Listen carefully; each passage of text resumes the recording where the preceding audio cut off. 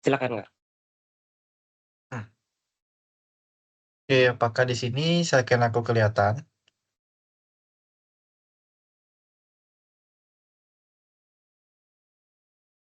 Kelihatan, Kak. Oke, terima kasih ya. Oke, pertama-tama perkenalkan nama aku Jody Arando dengan NIM mahasiswa aku 2022 50309 dan nomor asisten aku A1889. Jadi kalau misalnya kalian mau tanya mengenai akuntansi dasar, akuntansi inter, ekonomika, dan lain sebagainya, kalian bisa chat aku lewat Teams. Mau ke nomor asisten aku boleh, ke nomor mahasiswa juga gak apa-apa, silahkan. Oke, kali ini aku bakal ngebahas materi mentoring ekonomika untuk periode 2223.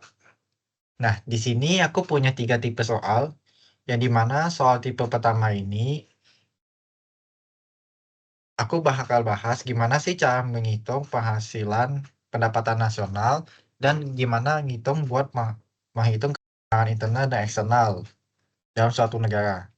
Lalu di soal kedua dan tiga, ini aku bahas mengenai neraca pembayaran. Oke, kalau misalnya waktunya cukup, aku bakal bahas dua-duanya. Namun kalau misalnya waktunya mepet, aku bakal bahas satu aja. Namun karena di neraca pembayaran ini sama aja cara pengerjaannya, mungkin aku bakal bahas satu aja. Nah, di sini aku bakal bahas soal pertama terlebih dahulu, yaitu soal hitungan mengenai pendapatan nasional. Yang dimana di sini diketahui ada beberapa data mengenai makroekonomika suatu negara sebagai berikut. Yang dimana fungsi tabungan dilambangkan dengan S dengan persamaannya minus 160 plus 0,2 YD. Nah, YD di sini ada disposable income ya teman-teman. Selanjutnya ada fungsi investasi dilambangkan dengan I kapital dengan persamaannya 180 dikurangi dengan 300 I. Nah, I di sini adalah interest rate atau tingkat suku bunga. Lalu ada pengeluaran pemerintah yang dilambangkan dengan G kapital sebesar 128. Dan ada tax sebesar 100, transfer payment sebesar 40, ekspor dilambangkan dengan X sebesar 150, fungsi impor dilambangkan dengan M kapital dengan persamaan 0,1 Y, jumlah uang beredar real dilambangkan dengan MS atau money supply sama dengan 260, permintaan uang transaksi atau MTG sama dengan 0,2 Y, permintaan uang spekulasi MSP sama dengan 80 dikurangi dengan 175 I atau interest rate, dan aliran modal atau F capital sama dengan 100 dikurangi dengan 220 interest rate. Di sini kita disuruh menghitung tingkat suku bunga dan pendapatan nasional saat tercapainya keseimbangan internal dan eksternal, serta gambarkan kurvanya. Yang B, kita disuruh menentukan persamaan eksternal atau BOP sama 0, dan kita akan menentukan apakah neraca pembayaran berada pada kondisi balance, defisit, atau surplus pada pendapatan dan suku bunga keseimbangan. Serta jika tahun depan diharapkan pertumbuhan ekonomi 6,1% dari pendapatan nasional atau GDP, berapa tambahan investasi yang harus ditingkatkan sehingga target pertumbuhan ekonomi tersebut bisa tercapai serta gambarkan kurva barunya. Nah, di sini kita akan mengerjakan soal pertama dulu yang bagian A untuk menghitung tingkat suku bunga dan pendapatan nasional pada saat keseimbangan internal dan eksternal. Nah, kalau misalnya kalian tahu, pertama-tama kita harus menyederhanakan komponen fungsi tabungan atau fungsi konsumsi yang ada di soal. Karena kita mau menyederhanakan yang namanya YD atau disposable income ini. Karena di sini diketahuinya S atau fungsi tabungan, saving, maka kita akan pakai fungsi tabungan ini terlebih dahulu, yaitu minus 160 ditambah dengan 0,2 YD, yang dimana apabila kalau misalnya di rumus atau persamaan yang diketahui itu adalah persamaan saving, maka kita harus ubah ke persamaan konsumsi. Caranya gimana? Caranya adalah kita membalikkan posisi fungsi saving terlebih dahulu.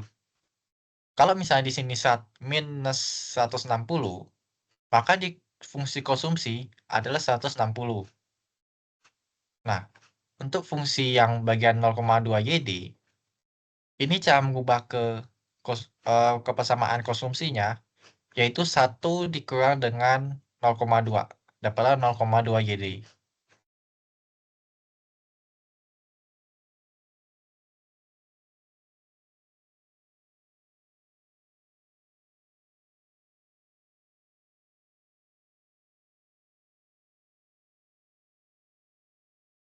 Jadi, di sini kalau misalnya kalian lihat bahwa fungsi saving dan fungsi konsumsi itu ada berkebalikan.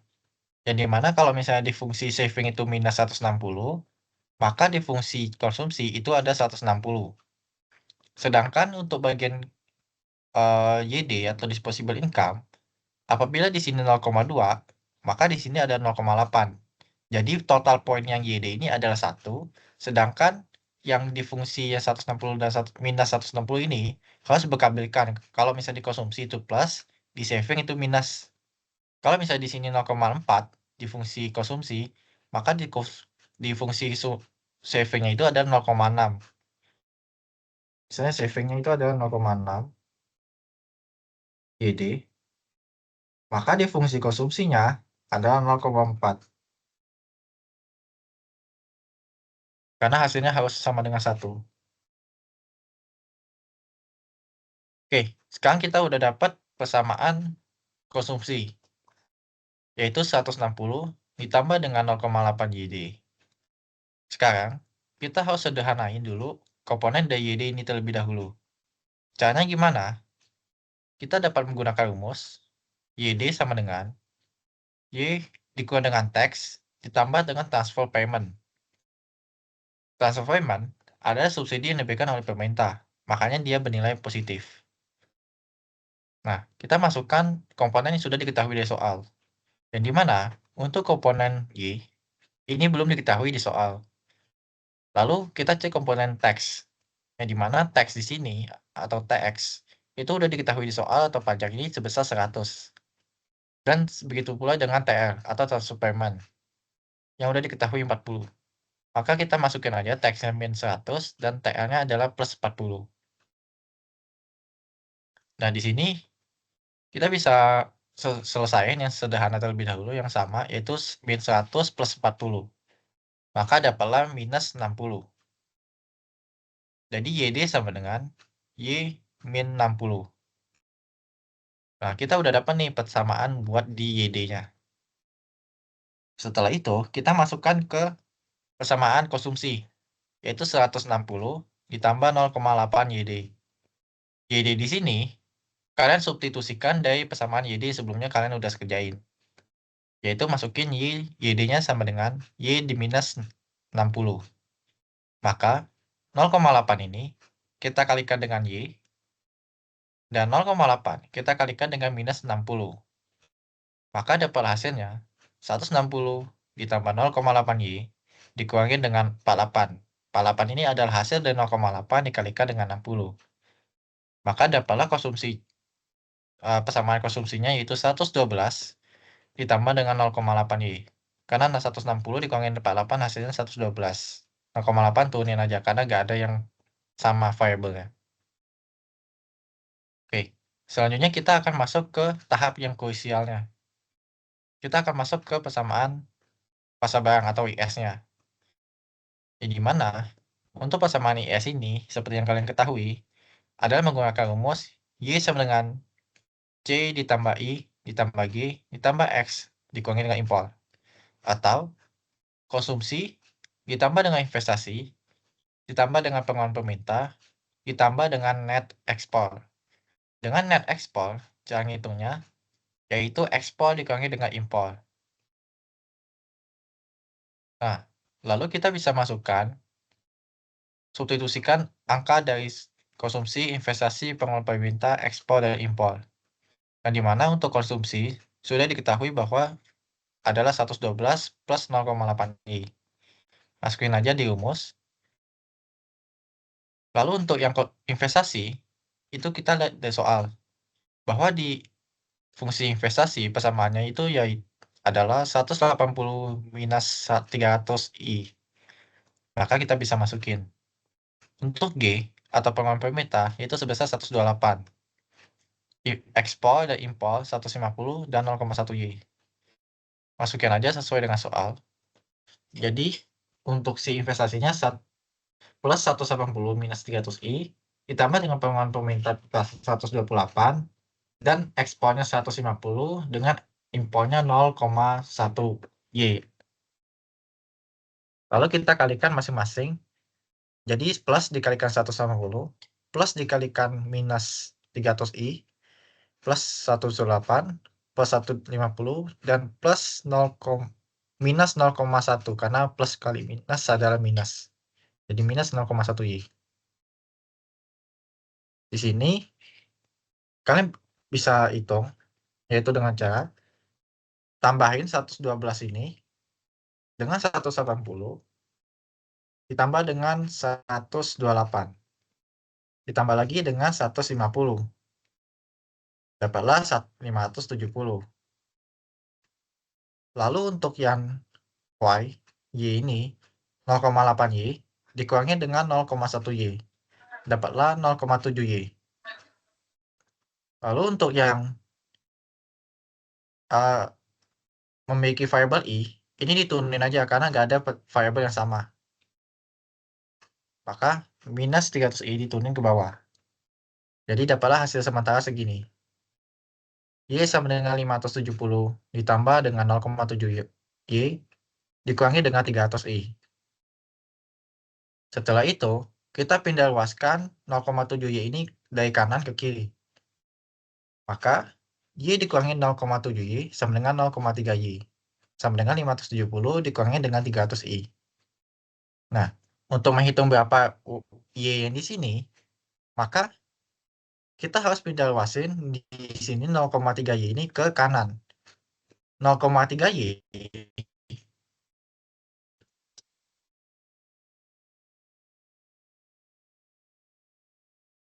0,3 Y itu sama halnya kayak 0,3 dikalikan dengan Y.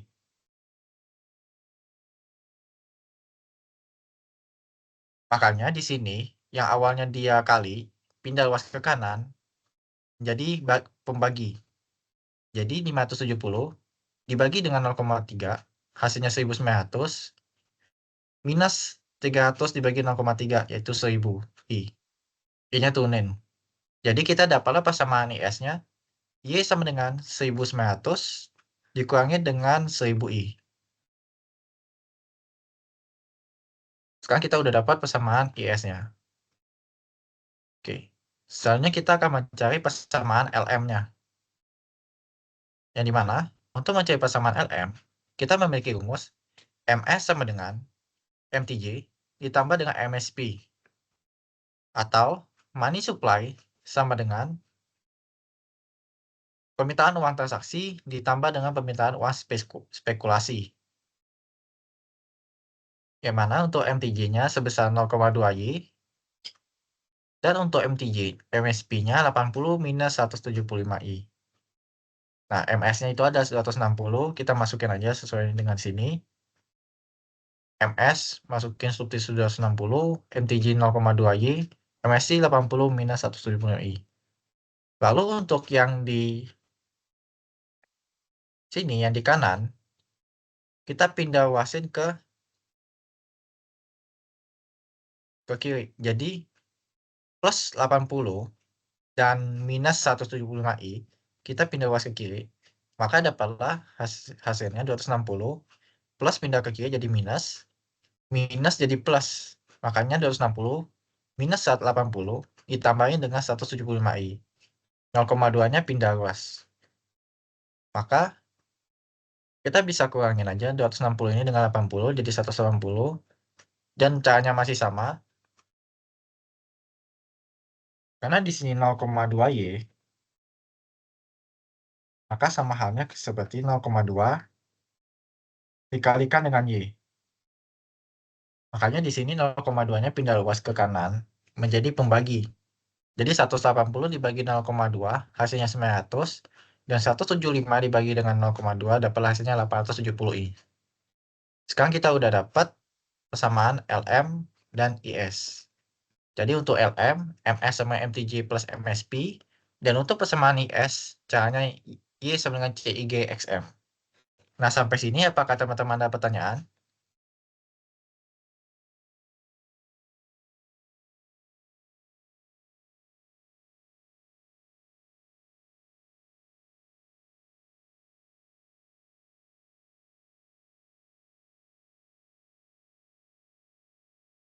Kalau nggak ada, aku lanjut ke hitung keseimbangan internal dengan cara kita pakai rumus IS, persamaan IS sama dengan persamaan LM. Dengan persamaan IS-nya, yang udah kita cari tadi, 1900 minus 1000i sama dengan persamaan LM-nya 900 ditambah dengan 875i. Jadi persamaan IS disama dengan sama persamaan LM. Caranya masih sama. Hal yang sama, kayak variabelnya I, kalian taruh di satu sisi. Dan yang nggak ada variabel kayak angka atau huruf itu, kalian masukkan satu jenjang juga. Jadi 1900 dikurangi dengan 900 dari kanan pindah ke kiri. Dan 875i ditambah dengan 1000i. Yang darinya minus 1000i pindah luas ke kanan. Lalu minus kurangin. Jadi 1900 dikurangi dengan 900 dapat hasilnya 1000. 875 ditambah dengan 1000 dapat hasilnya 1875i. Nah, lalu kita pindah luasin lagi. I sama dengan 1000 dibagi dengan 1875. Karena 1875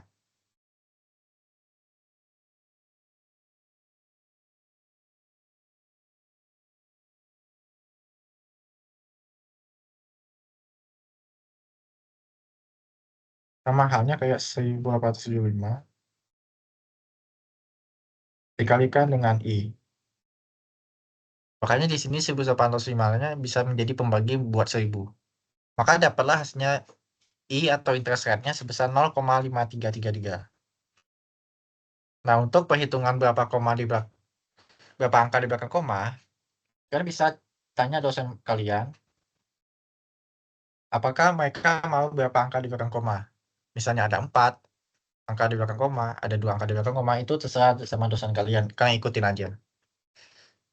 Lalu kita udah dapat nih interest rate I-nya yaitu 0,533. Lalu kita bisa substitusinya aja dari I yang kita dapat ke persamaan IS atau LM. Kalian bisa pilih salah satu, kalian mau pakai persamaan IS atau LM. Karena hasilnya sama aja. Misalnya aku pakai persamaan IS yaitu Y sama dengan 1900 minus 1000I. 1900 dikurangi dengan 1000, substitusikan atau masukkan I-nya sebesar 0,533, dikalikan dapat 533,3. Jadi 1900 dikurangi dengan 533,3. Dapatlah 1366,7. Sama halnya kayak persamaan LM. Jadi persamaan LM tadi 900 tambah 875i. Substitusiin I-nya 0,533 dapat 466,7 ditambah dengan 900 dapatlah 1366,7. Maka kita udah dapat pendapatan nasional dari keseimbangan internal yaitu IS sama dengan LM. Lanjut ke persamaan keseimbangan eksternal. Simpelnya kalau persamaan eksternal ini BOP sama dengan 0 atau CL min CA. Dengan CL di sini yaitu net export X dikurangi dengan M dan CA-nya adalah arus kas atau aliran modal F. Kalian masukin aja X, M sama F-nya, di mana X-nya 150, M-nya adalah 0,1 Y. Ditambah dengan F-nya 100 di minus 220I. Lalu plus kali 100, plus kali minus 220 yaitu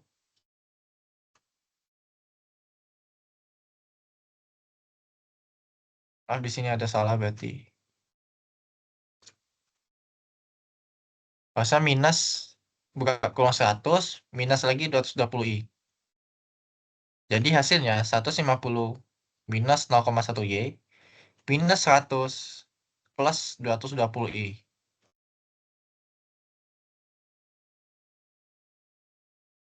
Jadi 150 kurang 100, 50 minus 0,1 plus 220i. Y di sini kita pindah luas ke kiri, jadi 0,1y sama dengan 50 ditambah 220i. Lalu 0,1 kita pindah luas ke kanan menjadi pembagi. Makanya 500 dibagi 0,1, 500. 220i dibagi dengan 0,1 dapatlah 2200i. Kita dapat persamaan eksternal Y sama 500 ditambah 2200i. Lalu kita substitusiin lagi. Intercept yang udah kita dapat 0,533 ini ke dalam persamaan keseimbangan eksternal. Yang dimana Y sama dengan 500 ditambah 2200i. Kita substitusi ini lagi. I-nya sebesar 0,533. Jadi 2200 dikalikan dengan 0,533. Dapatlah hasilnya 1173,3. Ditambah dengan 500. Didapatlah pendapatan nasional dari persamaan keseimbangan eksternal yaitu 1673,3. Jadi yang tadi untuk keseimbangan internalnya 1366,7 dan untuk persamaan keseimbangan pendapatan nasional dari keseimbangan eksternal itu 1673,3. Berarti ada perbedaan antara keseimbangan internal dan keseimbangan eksternal. Oleh karena itu kita bisa buat kurvanya yaitu untuk keseimbangan internal atau BOP internal kita masukkan di sebelah kiri. Karena semakin ke kanan itu nilainya makin gede. Makanya di sini ada BOP internal. Dengan tingkat suku bunganya di sini adalah R. Dan ini ada Y. Biasanya untuk yang vertikal itu adalah untuk interest rate-nya. Dan untuk yang data atau horizontal itu adalah Y atau pendapatan nasionalnya. Di sini maka kita bentuklah kurva BOP internal dan eksternal, di mana masing-masing memiliki titik yang berbeda, titik keseimbangan BOP.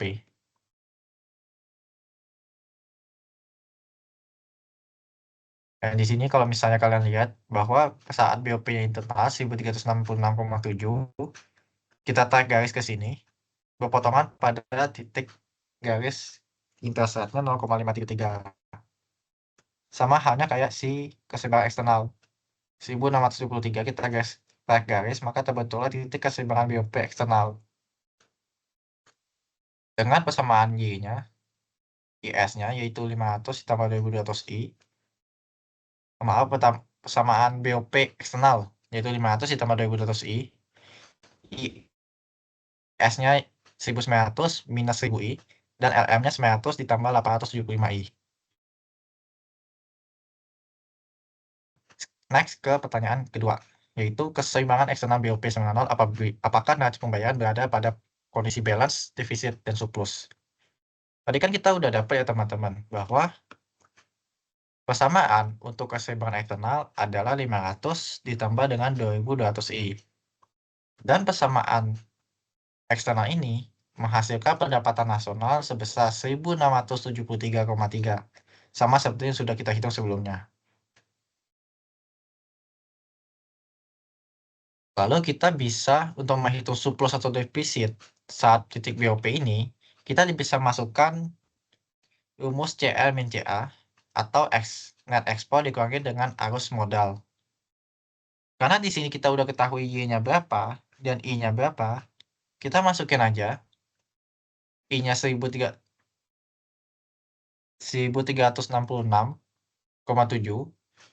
dan I-nya sebesar 0,533. Maka dapatlah hasilnya, kita sederhanain, minus 0,1 dikalikan dengan 1366,7 tambah dengan 50 ditambah dengan 220 kali dengan 0,533. Maka dapatlah BOP-nya sebesar 30,66, yang artinya kalau misalnya di sini nggak ada minus, berarti kondisi BOP-nya itu adalah surplus. Nah, lalu kita next ke pertanyaan ketiga, yaitu jika Y atau pendapatan nasional ini naik 6,1% dari pendapatan nasional atau GDP keseimbangan, berapa tambahan investasi atau I-nya? Seperti kita udah hitung tadi, Y pertama tadi adalah 1366,7 yang didapat dari sini.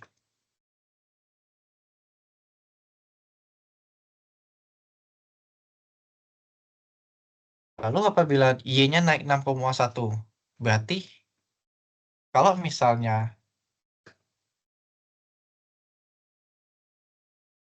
yang awalnya 100 naik 6,1%, maka 100 ditambah dengan 6,1. Maka dapatlah 106,1%. Jadi 106,1% kita kalikan dengan pendapatan nasional atau Y yang awal tadi 1366,7. Dapatlah Y kedua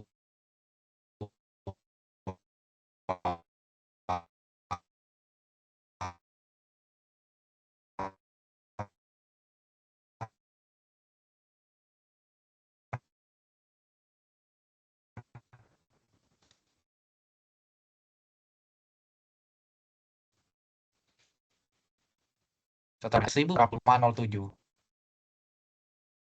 dengan pendapatan nasional yang awal sebesar 1366,7. Maka dapatlah delta Y-nya sebesar 83,37. Nah, sampai sini apakah teman-teman punya pertanyaan atau punya materi yang perlu aku jelasin secara ulang?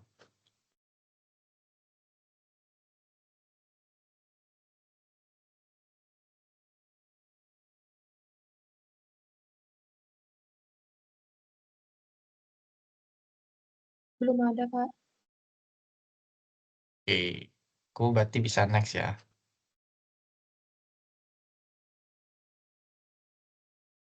Nah, selanjutnya kan kita udah dapat ya delta Y keduanya. Sedangkan kita disuruh mencari berapa tambahan investasi atau I-nya. Berarti kita harus mencari delta I. Dan caranya, ini kita menggunakan rumus multiplier. Yang dimana kita harus cari C sama M. Gimana C yang di sini 0,8.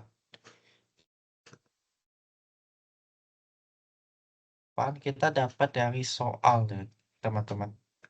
Kan di sini Y-nya adalah untuk persamaan C yaitu 112 ditambah dengan 0,8 Y. Nah, berarti C-nya sebenarnya 0,8 karena yang ada variabel huruf atau Y di sini adalah 0,8. Sedangkan untuk yang impor dia 0,1, makanya M-nya 0,1. Itu buat multiplier. Jadi C sama dengan 0,8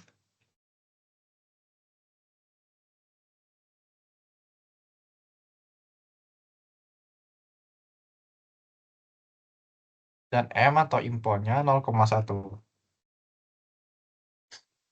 Rumusnya untuk mencari delta I adalah delta Y sama dengan 1 dibagi dengan 1 min C ditambah M dikalikan dengan delta I.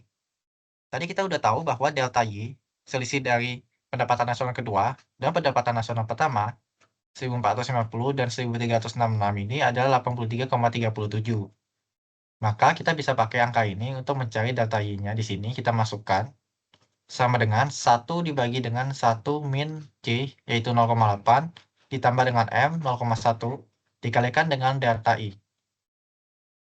Kita bisa sederhanain dulu ini di bawahnya. 1 dikurang 0,8 ditambah 0,1 dapatlah 0,3. Nah, 0,3 ini kita pindah luasin ke kiri. Yang berarti yang di awalnya bagi, berarti pindah luas menjadi kali. Jadi 83,37 dikalikan dengan 0,3. Sama dengan delta I. Di sini delta I kenapa? Karena 1 dikalikan dengan delta I adalah hasilnya delta I.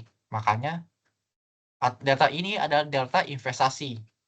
Nah, delta investasi ini adalah perubahan dari investasi itu sendiri. Jadi delta itu adalah perubahan. Dan I di sini adalah investasi. Jadi tadi 83,37 dikalikan dengan 0,3 sama dengan delta investasi. Makanya delta investasi di sini hasilnya 25,011. Karena 83,37 dikalikan 0,3 dapatlah 25,011. Berarti akibat adanya kenaikan pendapatan nasional dan perubahan investasi, maka akan terbentuk kurva baru. Yang dimana, kalau misalnya teman-teman lihat, tadi kan ada kenaikan pendapatan nasional sebesar 6,1%. Menjadi Y-nya yaitu 1450,07. Nah, berarti 1450,307 sama lah ya. 1450 ini berada di tengah-tengah antara Y awal dan Y akibat BOP eksternal. Nah, ini bisa dia.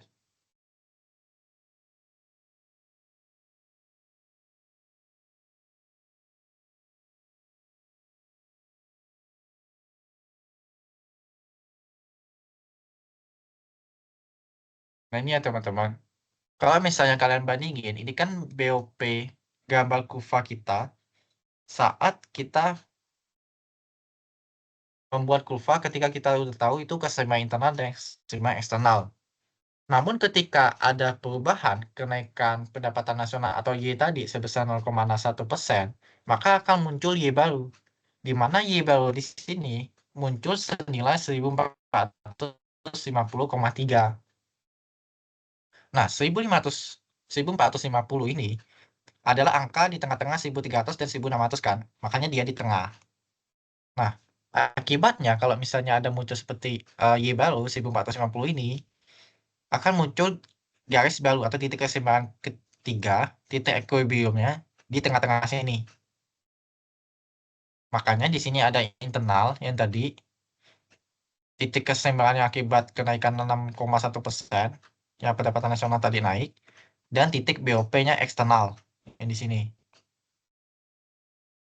Nah, dan juga di sini ada titik atau arah pergeseran garis IS dan LM.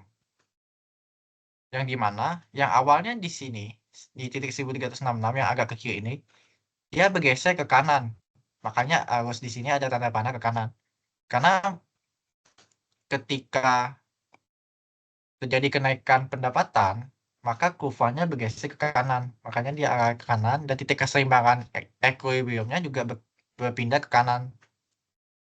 Jadi untuk kurva baru ketika ada kenaikan pendapatan nasional 6,1% ada seperti ini. Nah, di sini pendapatan makin naik, kurva bergeser ke kanan.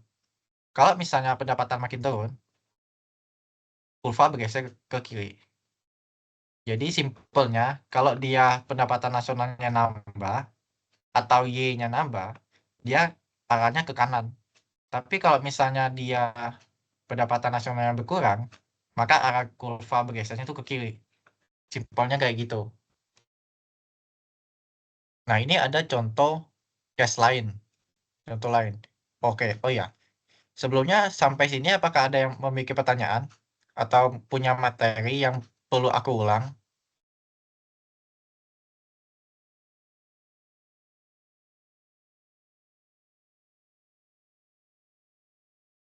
Oke, karena nggak ada, aku coba jelasin misalnya contoh case-nya lain teman-teman. Misalnya di sini teman-teman, diketahui ekspornya naik sebesar 10, maka tentukan keseimbangan barunya dengan Y atau pendapatan nasional dan interest rate-nya yang baru. Di sini terlihat bahwa jadi kita harus cari dulu persamaan IS dan persamaan LM sama seperti tadi. Yang awalnya misal ekspornya tadi di soal kayaknya 150 naik 10 berarti 160 ya teman-teman. Makanya di sini 160. Sama caranya kayak tadi, yang ada variabel sama, kalian kurangin. Dan ada, kalau misalnya angkanya sama, kalian kurangin. Dan apabila dia I, maka dia nggak ada pasangan, berarti kita turunin aja. Kalau udah, dapatlah 0,3 sama dengan 580 minus 300I. Rumusnya masih seperti yang tadi. Jadi 580 ini kita bagi dengan 0,3, dan 300 ini kita bagi dengan 0,3. Maka dapatlah untuk persamaan IS-nya 1933,333 dikurangin dengan 1000I. Ini adalah interest rate.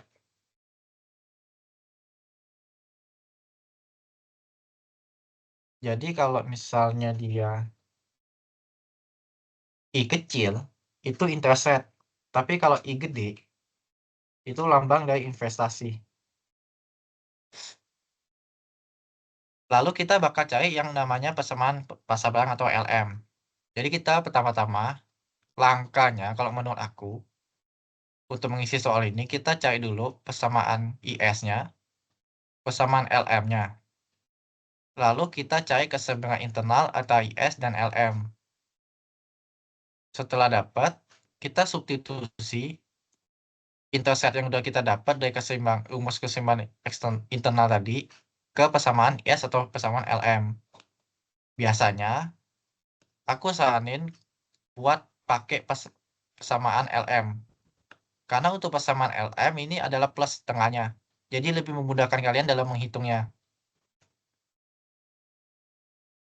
Itu merupakan rumus saran aku kalau misalnya kalian mau cari keseimbangan internal.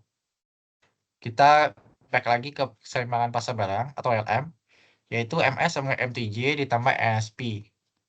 MS-nya sama dengan 0,2Y ditambah dengan 80 minus 175. Nah, di sini masih sama ya teman-teman. Karena tadi yang mengalami perubahan adalah si investasi, si ekspor naik 10, maka di pasar barangnya LM nggak ada perubahan sama sekali. Nah, terus kita keseimbangan internal IS sama dengan LM. Kita pakai persamaan IS yang baru. Misalnya nih ya, 1933,333 dikurangi dengan 1000I sama dengan 900 ditambah 875. 900-nya pindah luas dan I-nya pindah luas juga. Dapatlah nanti 1033,333 sama dengan 1875I. Nanti 1333 ini kita bagi dengan 1875. Dapatlah I-nya atau interest rate-nya sebesar 0,5511. Maka akan muncul bunga keseimbangan nasional yang baru akibat adanya kenaikan ekspor tadi 10. Nah, lalu kita bisa substitusiin aja interest rate ke dalam persamaan IS atau LM. Misalnya kayak persamaan LM, IS sama dengan 900 ditambah 875I. Jangan lupa I-nya kita pakai I yang adanya perubahan tadi. Jadi 875 kita kalikan dengan 0,5511. Dapatlah 882,23. Ditambahi dengan 900, maka keseimbangan yang barunya dapat 1382,23. Lalu untuk keseimbangan eksternalnya, yaitu BOP sama dengan CL min CA, yaitu net export dikurangi dengan aliran modal. Nah, di sini kan nilai net ekspornya itu adalah 160 dikurangi dengan 0,1. Dan aliran modalnya yaitu 100 di minus 220. Di sini jangan lupa ya teman-teman, di tengah-tengah 100 dan ini adalah ada tanda minus. Jadi minusnya ini harus kalian kalikan dengan 100 dan kalikan dengan minus 220i. Kebanyakan mahasiswa, kalau misalnya udah ngerjain ujian, itu lupa dikalikan dengan minus yang di sini. Alhasil, hasil untuk keseimbangan eksternal itu beda atau salah. Makanya kalian harus perhatiin tanda minus di sini, karena dapat menjebak kalian.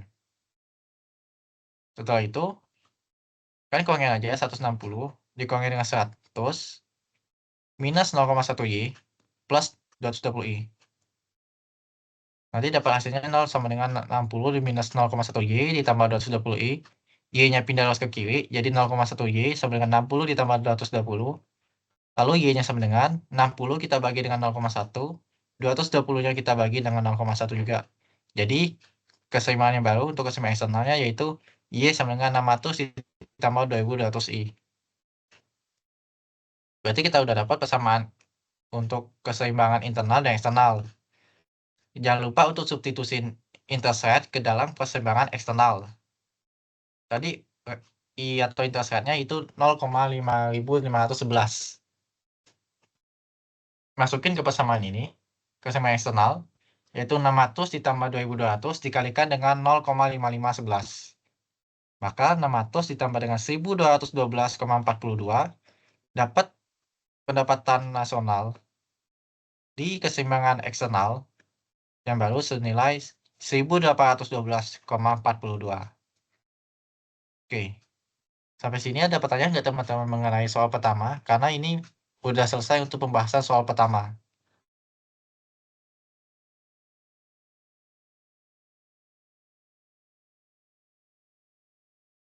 Mungkin kalian bisa catat di catatan kalian atau kalian mau kayak refleks aja boleh. Mungkin aku bisa ulang. Tahap pertama untuk menghitung kalau misalnya ketemu soal begini, yaitu kalian sederhanain dulu persamaan S ke konsumsi. Karena yang kita pakai adalah persamaan konsumsi. Kalau udah jadi persamaan konsumsi, kita sederhanain persamaan YD atau disposable income. Kalau udah kalian sederhanain persamaan YD, kalian substitusiin lagi ke persamaan konsumsi. Sehingga konsumsi ini nggak ada YD-nya lagi, yang ada adalah Y. Baru kita bisa hitung persamaan keseimbangan pasar barang IS dan persamaan keseimbangan atau LM. Lalu kita cari keseimbangan internal dengan rumus IS sama dengan LM. Dapat interest rate-nya, substitusi ke persamaan IS atau LM, dapat pendapatan nasional di keseimbangan internal. Lalu kita mencari keseimbangan eksternal. Dengan cara BOP sama dengan CL min CA. CL itu adalah ekspor ke impor, dan CA adalah aliran modal. Dapat persamaan Y-nya berapa, baru kita bisa cari berapa pendapatan nasional dari keseimbangan eksternal. Dengan interest rate-nya, kita pakai dari yang awal, dari keseimbangan internal IS sama LM. Habis itu kalian bikin kurva. Kurvanya ini simple aja.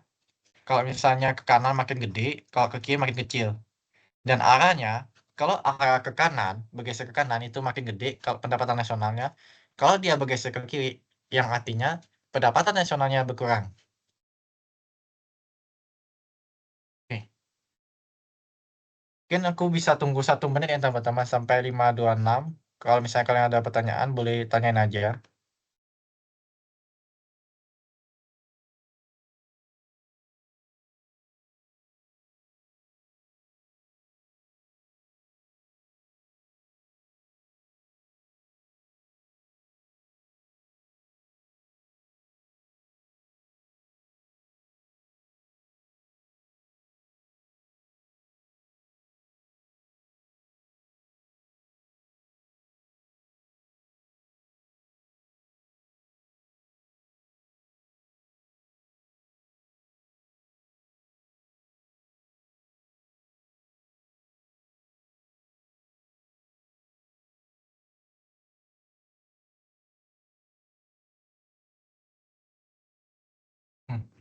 Oke, karena nggak ada, kita lanjut ke soal kedua, yaitu neraca pembayaran.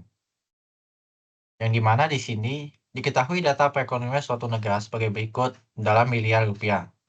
Yang pertama ada sewa pesawat milik maskapai dalam negeri senilai 2.100, impor gas 13.500, investasi asing pengusaha Vietnam di Indonesia 2.500, pembayaran bunga pinjaman luar negeri pemerintah 3.500, ekspor migas 12.250, pembayaran sewa gedung KBRI 500, pembayaran hutang pokok pemerintah 9.000, pembayaran jasa angkut 2.500, pembayaran capital gain pembelian saham oleh investor asing 4.000, pembayaran hutang pokok swasta 15.000, pinjaman pemerintah 12.500, penerimaan jasa turis 6.000, selisih perhitungan minus 500, pembelian saham oleh asing di Bank Bursa Efek Indonesia 5.500, penerimaan jasa asuransi 2.500, impor non gas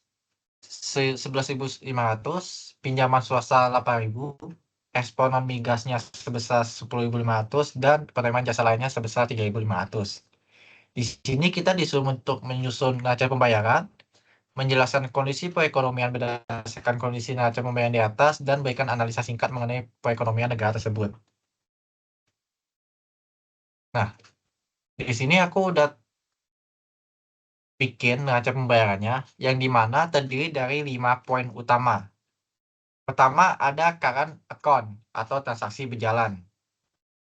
Kedua ada capital and financial account atau lalu lintas modal. Kedua ada official statement account atau penambahan adanya devisa. Keempat error and omission, selisih perhitungan. Dan kelima adalah lalu lintas moneter. Dan di sini kita tentuin itu surplus atau defisit. Oke. Pertama di current account atau transaksi berjalan. Di sini juga terbagi menjadi dua. Ada yang namanya balance of trade atau BOT dan balance of service atau BOS.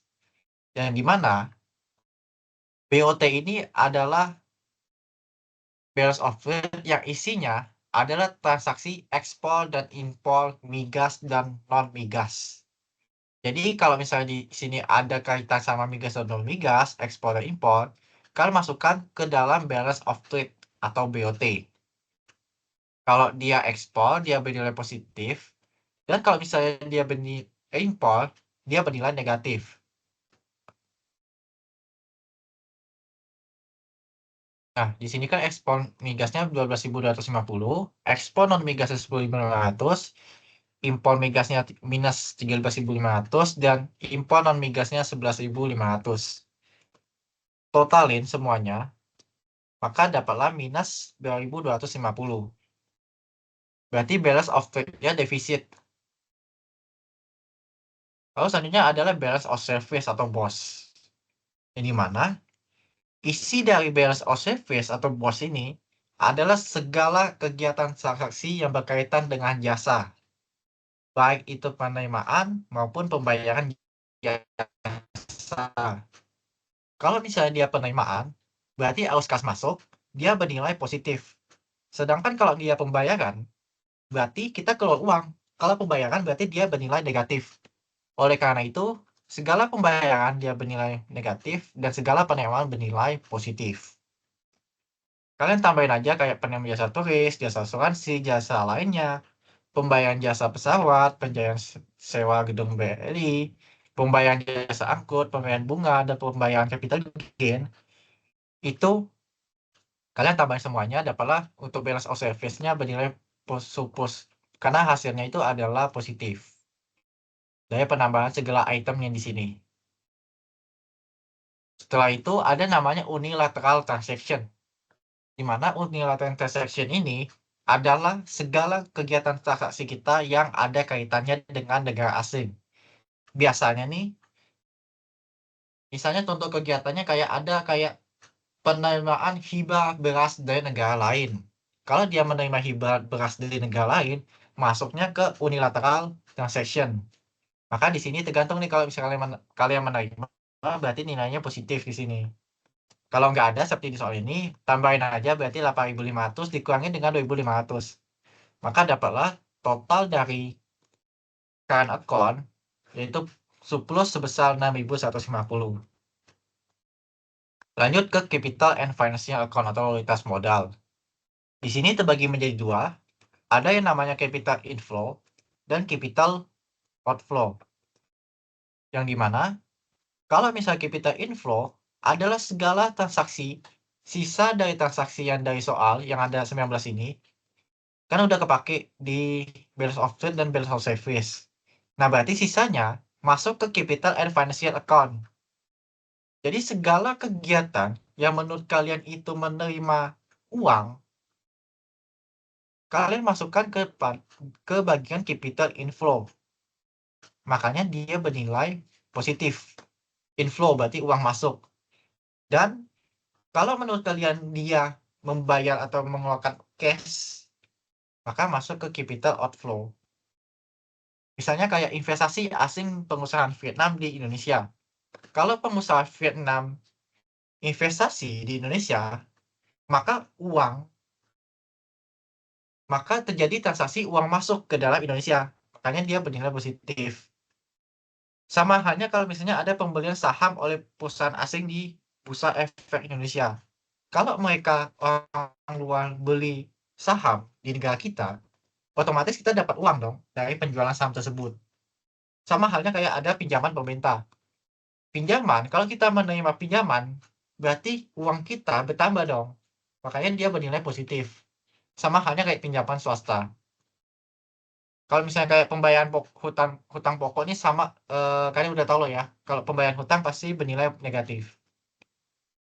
Nah, setelah kalian masukkan capital inflow dan capital outflow, kalian tambahin semuanya, nanti dapat hasilnya 4.500 surplus.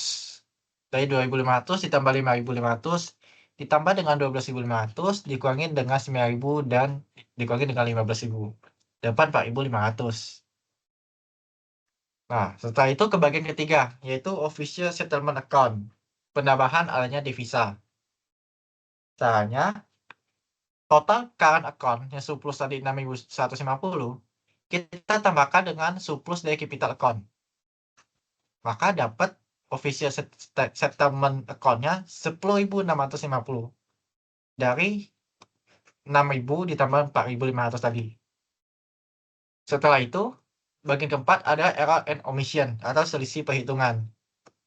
Yang dimana tadi kita lihat bahwa di soal disebutkan bahwa adanya selisih perhitungan sebesar minus 500. Makanya di sini untuk bagian 4, kita masukkan 500 yang bernilai negatif.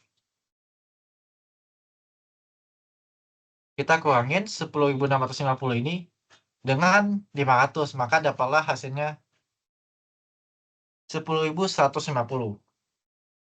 Nah, di sini kenapa surplus dia bernilai negatif? Karena di neraca pembayaran, untuk overall balance yang di bawah ini, dia harus bernilai 0. Otomatis, kalau di sini dia bernilai positif, maka yang di bawahnya ini harus bernilai negatif. Karena misalnya di sini ada 10.150. Nah, di sini harus bernilai 10.150 agar overall balance hasil akhirnya itu adalah 0. Namun di sini untuk lalu lintas moneter tetap harus ditulis surplus atau negatif atau defisitnya sesuai dengan hasil perhitungan kalian. Karena di sini 10.650 dikali 500 bernilai 10.150 yang masih surplus. Makanya di sini kalian tulis surplus. Kalau misalnya hasil perhitungannya minus 150, maka tulisnya defisit. Jadi walaupun di sini negatif, ada lambang negatif, tapi di sini kalian harus tulis angka sebenarnya surplus atau negatif. Kayak gitu. Jadi biasanya sih dosen lihat di sininya. Kalau dianya surplus, di sini negatif, berarti udah benar. Emang kayak gitu cara pengerjaannya. Walaupun kalian mikir kalau surplus pasti positif di sininya. Namun kalian harus ingat bahwa overall balance neraca pembayaran di akhirnya tuh harus 0. Makanya di situ di 10.150 ini bernilai negatif. Walaupun di sini bernilai surplus. Oke, next ke pertanyaan yang B. Jelaskan kondisi perekonomian berdasarkan kondisi neraca di atas.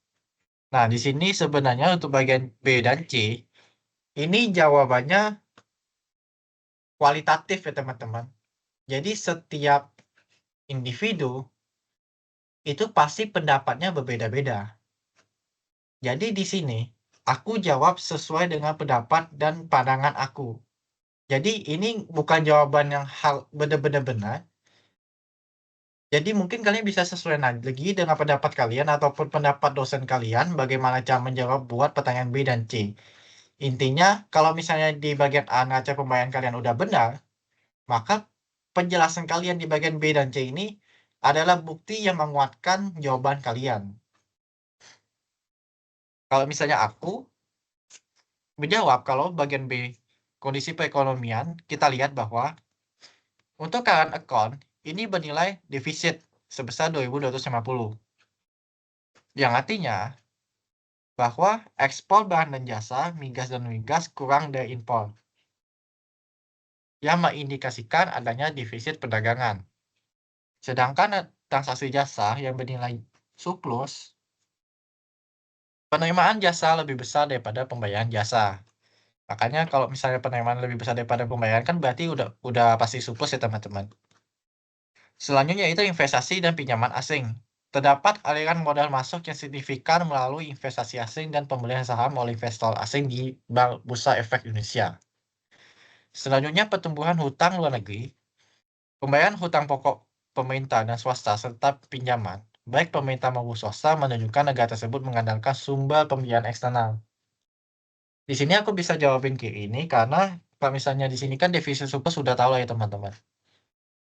Kalau investasi dan pinjaman asing, aku lihat komponennya. Di sini kan karena ada pengusaha asing yang nanam investasi dan juga ada yang beli saham. Makanya aku penjelasannya kayak gini. Dan untuk pertumbuhan hutang dan luar negeri, ini karena ada hutang pokok dari pemerintah dan swasta, berarti yang menunjukkan si negara tersebut butuh pembiayaan dari sumber eksternal. Lalu untuk bagian C, di mana kita disuruh menganalisis singkat tentang perekonomian negara tersebut yang dilihat dari kondisi neraca pembayarannya. Nah, secara keseluruhan, analisis neraca pembayaran ini memberikan gambaran bahwa negara tersebut memiliki tantangan dalam menjaga keseimbangan perdagangan dan ketergantungannya dalam modal asing untuk pembiayaan. Pemerintah perlu memperhatikan strategi untuk meningkatkan ekspor, mengurangi defisit perdagangan, serta mengelola dengan bijak aliran modal asing agar dapat mendukung pertumbuhan ekonomi dalam jangka waktu yang panjang secara berkelanjutan. Jadi, kembali lagi pendapat aku sendiri, jadi ini nggak pasti benar, dan ini bisa kalian sesuaikan lagi pola katanya gimana. Mungkin sampai sini nomor 2 udah selesai. Nah, dari teman-teman apakah ada pertanyaan mengenai neraca pembayaran?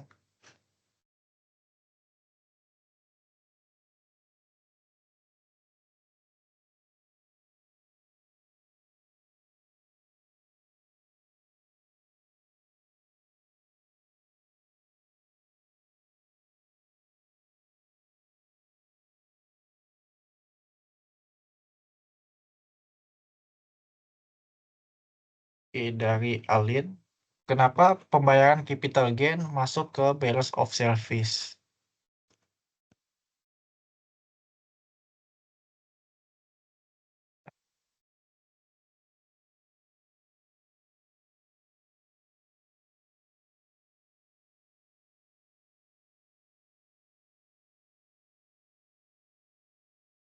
Nah, di sini kan pembayaran capital gain pemerintah oleh sama investasi ya.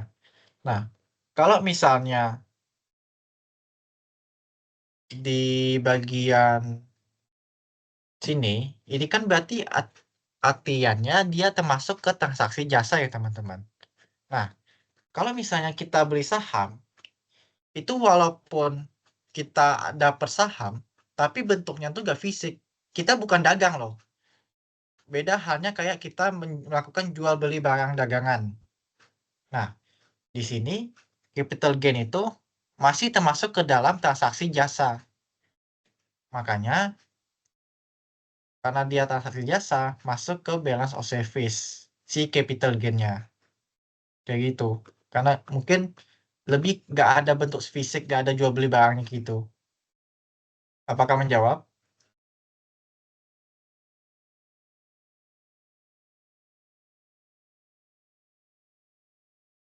Oke. Nah, dari teman-teman yang lain apakah ada pertanyaan? Mungkin ada materi yang butuh aku ulangin, jelasin, atau ada pertanyaan lain?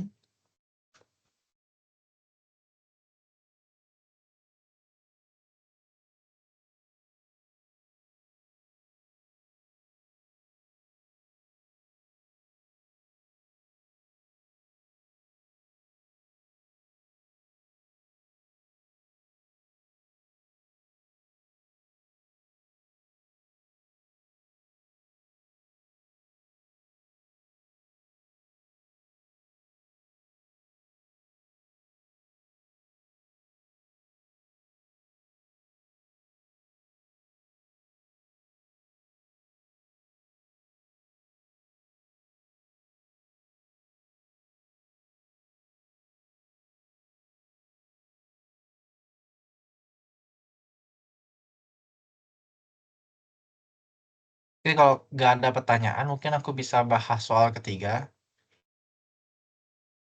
Masih sama, kita bakal bahas yang namanya neraca pembayaran. Di mana di sini diketahui ada impor barang dan jasa dari luar negeri 2.215, investasi entitas luar negeri di Indonesia 1.408, ekspor barang dan jasa ke luar negeri 1.754, investasi Indonesia di luar negeri 1.200, pendapatan bunga bersih 167, transfer bersih minus 142, tabungan warga Indonesia 1.250, pinjaman warga negara Indonesia ke luar negeri 375, belanja negara Indonesia 1.125, dan konsumsi senilai 2.820. Oh ya, BTW ini adalah soal dari kayaknya tahun kemarin deh, kalau nggak salah. Jadi, karena waktunya masih ada, ya aku tambahin satu soal lagi nih. Di sini kita disuruh menghitung current account, capital and financial account, serta official settlement account. Kedua, kita disuruh menghitung current account, apakah posisi current aset Indonesia, aset Indonesia, aman atau tidak aman, berikan penjelasannya. Dan dari posisi BOP tersebut, apakah Indonesia net borrower atau net lender? Jelaskan pendapat Anda. Nah, net borrower ini adalah orang yang meminjam ya. Kalau net lender, ini mereka yang meminjamkan dana. Oke, kita buat format buat neraca pembayarannya. Current account, capital and financial account, official settlement account, error and omission, dan lalu lintas moneter. Kita bisa masukin yang ekspor dan impor tadi ke balance of trade BOT, maka dapatlah balance of trade-nya defisit minus 461. Selanjutnya yaitu di BOS atau balance of service. Di sini komponennya yaitu pendapatan bunga bersih, tabungan warga negara Indonesia, transfer bersih, belanja negara Indonesia, dan konsumsi. Kita tambahin semuanya, maka dapat balance of service-nya defisit senilai minus 2.670. Maka kita tambahin aja minus dari BOT dan dari BOS, yaitu total current account-nya defisit 3.131. Lanjut ke capital and financial account atau lintas modal. Di sini terbagi menjadi dua lagi, ada capital inflow dan capital outflow. Di mana capital inflow ini ada investasi entitas luar negeri di Indonesia dan pinjaman warga negara Indonesia ke luar negeri. Di capital outflow-nya ada investasi Indonesia di luar negeri. Tambahin semuanya, maka dapat total capital account bernilai surplus senilai 583. Lalu kita tambahin aja minus 131 ini dengan plus 583. Maka official settlement account-nya masih ada minus 2.543. Keempat, error and omission. Di sini nggak ada selisih perhitungan, makanya dia 0. Lalu lintas modelnya berarti bernilai defisit. Dan di sini angkanya positif ya teman-teman. Kebalikan dari yang di atas. Kayak udah aku jelasin tadi. Karena overall balance-nya harus bernilai 0. Nah, kalau dia ada defisit di sini berarti dia tulisannya di sini ya teman-teman. Tapi di angkanya ini masih positif itu. Agar overall balance-nya masih 0. Nah, penjelasannya. Dari hasil perhitungan current account, jadi current account-nya penjelasannya saldo current account sebesar minus 3.131 miliar rupiah menunjukkan defisit, yang artinya Indonesia mengimpor lebih banyak barang jasa dan pendapatan dibandingkan ekspornya. Nah, keamanan posisi current account, saldo current account yang negatif atau defisit menunjukkan bahwa Indonesia mungkin sedang meminjam dana dari luar dan mengurangi cadangannya untuk membiayai pengeluaran saat ini. Ini bisa menjadi perhatian jika berlangsung dalam jangka waktu yang lama, karena dapat menyebabkan peningkatan utang atau pengurangan cadangan. Dan C-nya, dari posisi BOP tersebut, apakah Indonesia net borrower atau net lender? Mengingat official settlement account yang negatif 2.548 miliar rupiah, Indonesia ada net borrower. Ini berarti Indonesia lebih banyak meminjam dari luar dibandingkan memberikan pinjaman. sebagaimana dibuktikan oleh surplus capital and financial account yang digunakan untuk membiayai defisit current account. Dari posisi BOP tersebut, Indonesia ada net borrower. Jadi kalau misalnya di poin ketiganya itu minus, berarti dia adalah net borrower. Simpelnya kayak gitu. Kalau dia di sini minus, berarti net borrower. Kalau dia plus, dia bisa jadi net lender. Karena kalau kita minjem dana, yang artinya kita kekurangan dana kalau kita minjem. Tapi kalau kita lender, kita meminjamkan uang, kita kasih pinjaman, berarti kita memiliki banyak uang dong. Makanya kalau dia minus, dia net borrower, dia plus net lender. Kayak gitu simpelnya. Nah, untuk soal ini apakah aman, teman-teman?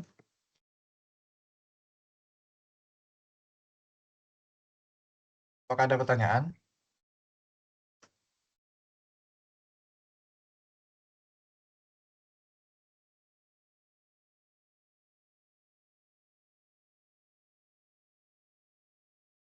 Ya, aku tunggu sampai 5:50 ya, teman-teman. Apabila kalian ada pertanyaan mengenai soal 1, 2, dan 3.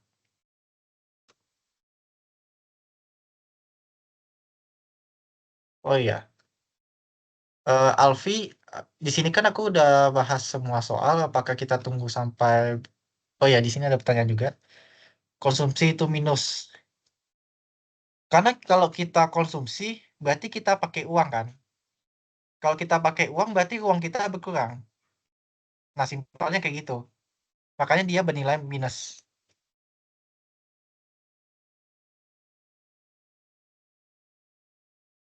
Ya. Apakah menjawab?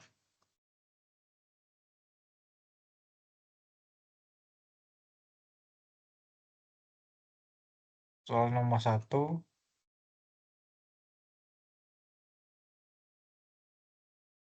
Rumus tetapnya maksud kamu untuk mencari keseimbangan internal atau eksternal. Kalau misalnya untuk soal nomor 1, ini rumusnya selalu tetap sih. Emang kayak gini terus.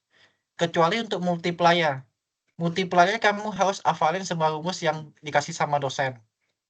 Karena untuk multiplier, itu tergantung dari kenaikan atau penurunan yang dimaksud. Misalnya, konsumsinya naik sekian persen. Maka kita bisa pakai multiplier yang buat si konsumsi. Kalau misalnya dia mengalami kenaikan di pengeluaran pemerintah atau di ekspor, itu rumusnya beda-beda. Tergantung dari apa variabel yang naik. Apakah konsumsi, investasi, pengeluaran pemerintah, maupun ekspor, pajak, dan lain sebagainya. Itu beda-beda rumusnya. Mungkin kamu bisa hafal. Untuk di bagian multiplier. Namun kalau misalnya kamu mau ngerjain soal nomor 1, ini step-stepnya simple. Kalau dia diketahui fungsi tabungan, kamu ubah ke fungsi konsumsi terlebih dahulu. Itu yang pertama. Kedua, kamu ubah YD yang dikonsumsi ke dalam persamaan Y. Karena Y di sini kalian harus ubah ke Y. Agar kita bisa masuk ke persamaan keseimbangan pasar barangnya atau IS. Makanya di sini ada step selanjutnya. Kita ubah YD menjadi Y. Kalau udah, kita masuk ke rumus persamaan keseimbangan internal atau IS pasar barang. Yaitu kalau pasar barang, IS, C ditambah I ditambah G ditambah dengan X dikurangin dengan M. Atau konsumsi ditambah dengan investasi, ditambah dengan pengeluaran pemerintah, ditambah dengan ekspor, dikurangin dengan impor. Setelah itu, baru kita mencari keseimbangan di pasar barang atau LM. Rumusnya, MS sama dengan MTJ ditambah ESP. Simpelnya, kalau di persamaan barang, ini logikanya, kalau aku, di sini kan ada banyak ya, MS, MTG, MSP. Kalau misalnya kalian lupa, mana sih menurut yang di kiri, mana di kanan, kalian bikin aja. Ini kan kalau misalnya di MS, ini kan angka ya.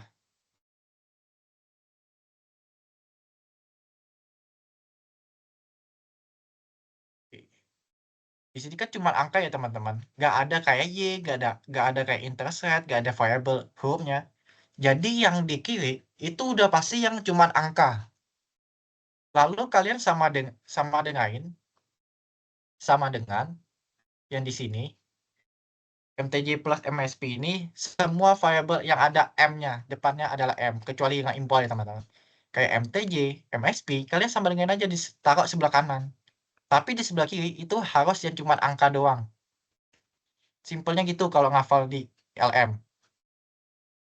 Setelah kalian dapat IS dan LM, kalian cari keseimbangan internal dengan rumus IS sama dengan LM.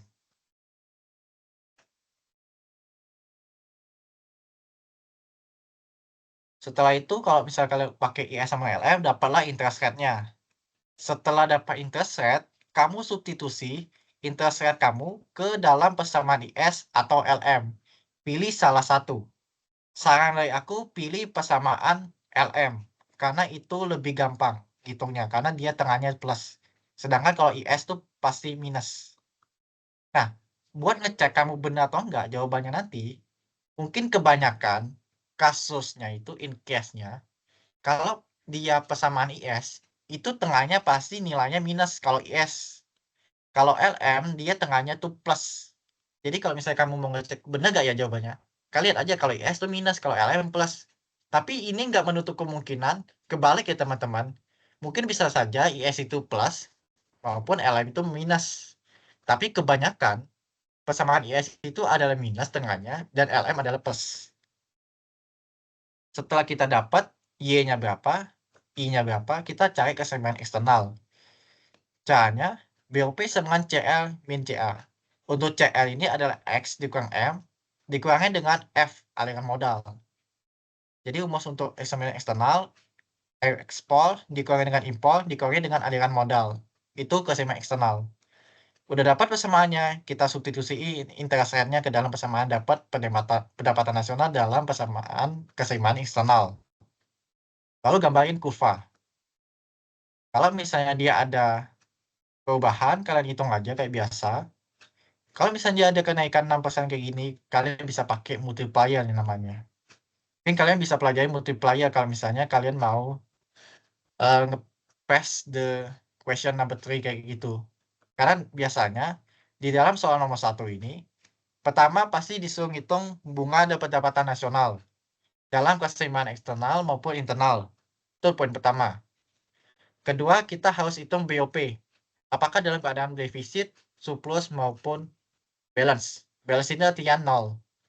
Yang ketiga, itu pasti kalian disuruh membuat kurva. Dan keempat, kalian harus menghitung keseimbangan pendapatan nasional yang baru ketika ada kenaikan dari salah satu komponen CIGXM. Itu udah pasti itu untuk nomor 1. Oke, apakah jawaban aku menjawab, Jennifer?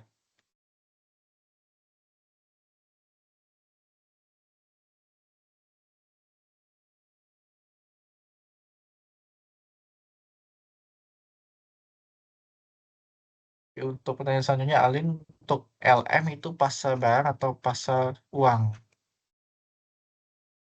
Oh iya, di sini harusnya LM ini pasar uang ya teman-teman. Dan pasar barang itu adalah IS.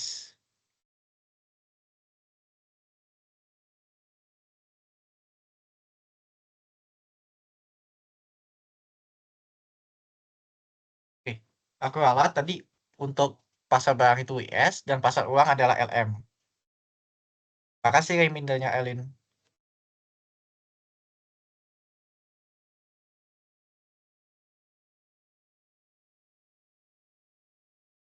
Oke, apakah dari teman-teman ada pertanyaan lain?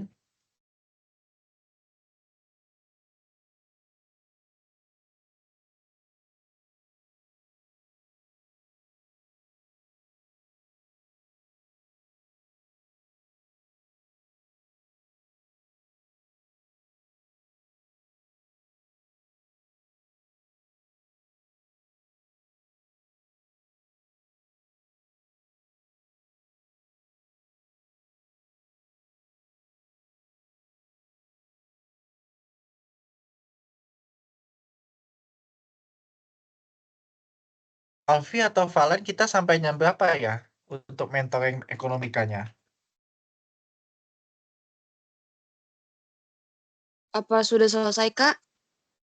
Untuk pembahasannya udah selesai. Oke.